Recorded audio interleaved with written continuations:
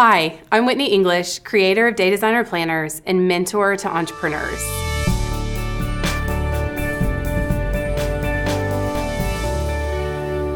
Welcome to this free video teaching. I'm so excited to have you join me today. In today's video, I'm going to talk to those of you who feel frustrated with business in general. Maybe you feel called to do something, or maybe you feel like you have an idea that you want to turn into a reality, but you just don't know where to start. Or maybe you've already started on your dream and your idea, but you're just not making the progress you want to make. Or maybe you're not making the money you want to make, which is even worse. Maybe you're struggling with frustration and overwhelm, and maybe you just feel confused. There are so many choices out there when it comes to learning new things about business. Hundreds of e-courses, teachers, online gurus, bloggers, there are podcasts, there are YouTube videos and webinars. The world is full of business advice. So the question you might be asking is, where on earth do you start, and how do you figure out what you really need? And I hope I can help you with that today. The truth is, there are really only 7 basic things you need to know. Business doesn't have to be complicated, and it's not. Sometimes the gurus out there make it seem a little bit confusing or complicated, but really it comes down to these 7 basic systems that you need to know to make your small business work. The main question I want you to ask yourself today as we talk through these systems is, do you have these systems in place?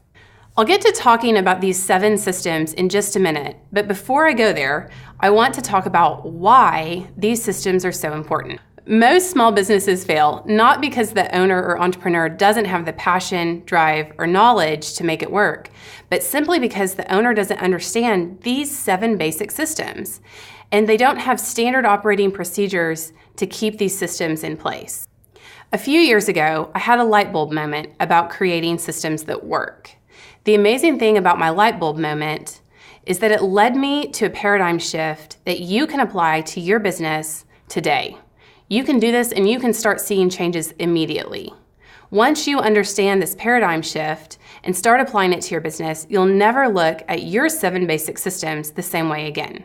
That paradigm shift is this. Don't put the system in place that starts something. Put the system in place that runs something. Big difference, starting something and running something. So what do I mean by that? Well, let's use an example here. Think about it this way. You own a business, right? So you need a website, right? No matter what type of business you're trying to start or build, you've got to have a website. So what do? Well, you hire a website designer. You get a beautiful website and blog, and then because you've got a business to run, the website just kind of sits there, doing nothing. Here is the problem. You put a system in place that started something, but you didn't put a system in place to run something. And that's an important thing to realize as we dive into talking about these 7 basic systems. Now, there's one more very important thing I want you to know before we get into the details of each of the 7 business systems. And that is this. The most important thing that each of your systems needs to have is a key metric. Key metric sounds like a really big word, right? Well, it's actually something very simple.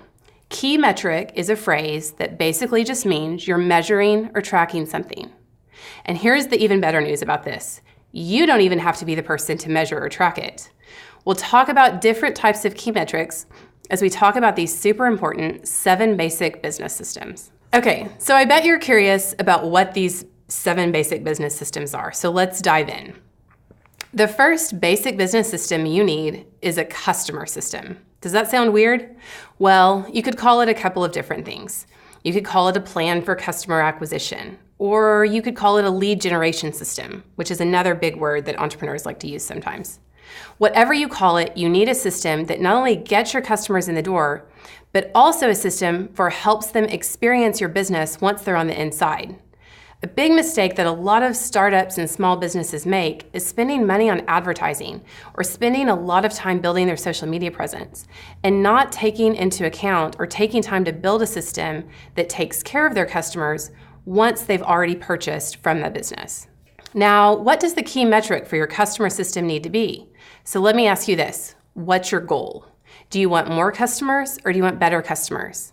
If you want more customers, your key metric would simply be the number of customers you acquired each month. If you want better customers, you need to define what better means to you and then use that answer to determine your key metric. Okay, so next, the second basic business system that you need in place is a system for running a website. Now, I'm not going to try to convince you to build a website. I think everyone knows that that's essential, but you do need a system in place for keeping your website fresh and up to date, and that's harder than it sounds. This means that you need a system for learning and implementing SEO, or making sure your website is optimized for search engines to find it. So what should your key metric be for your website?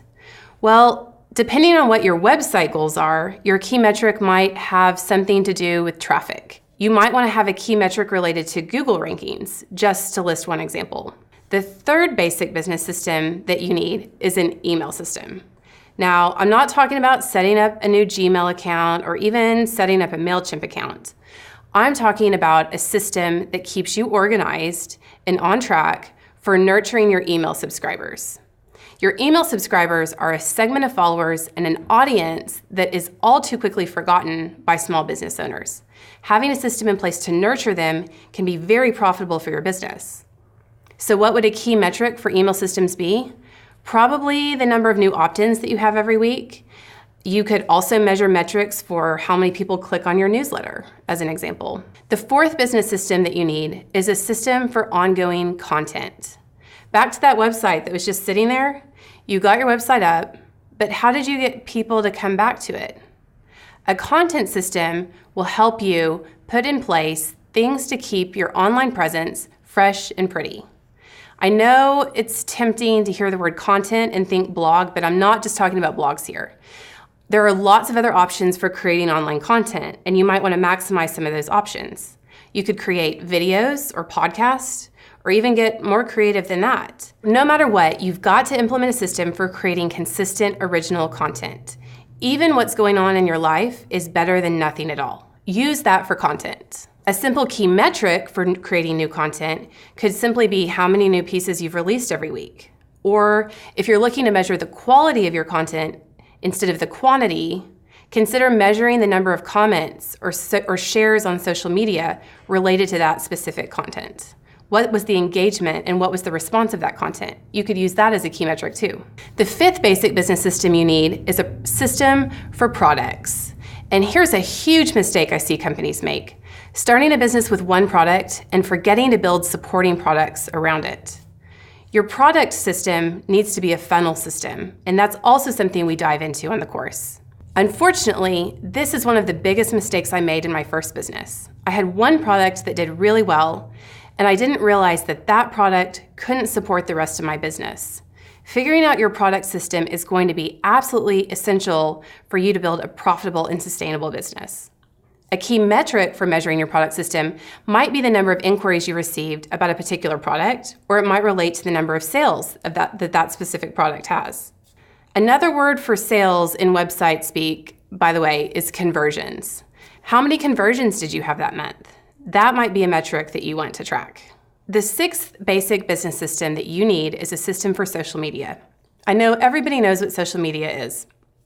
So let's just talk about what kind of key metric you want to use to measure social media. A simple key metric for social media might be the number of followers you have. And while that's easy to track, I want to encourage you to think about your engagement level on social media. How many comments, questions, and interactions did you have? Consider tracking your engagement level instead of just your follower count if you really want to build a profitable and sustainable business. And the last and seventh basic business system that you need is a system for administrative tasks. Now, this is my least favorite system. And what does administrative tasks really mean? Well, specifically, it means anything legal, financial, or both. And from a non-technical standpoint, for me specifically, an administrative system is anything that requires a form. I'm not big on forms. For my businesses, this means anything related to HR or hiring or taxes or lawyers or bookkeepers or accountants. Not the funnest stuff, but still very important to have that in place. And as far as key metrics go for administrative systems, well, there can be a lot. You can track sales and dollars and profits, and of course, the CPAs and the accountants and the bookkeepers love tracking all of those things. Where you are in business is going to dictate the activities and the tasks that you need to do to get to the next level. So it's really important that I speak to each of you individually about where you are in business. And I invite you to join us for the next video to learn more about that. For the time being, thanks for being here. You can leave a comment below. I'll be around to answer questions. And thank you so much for taking the time to join us today. I'll see you guys.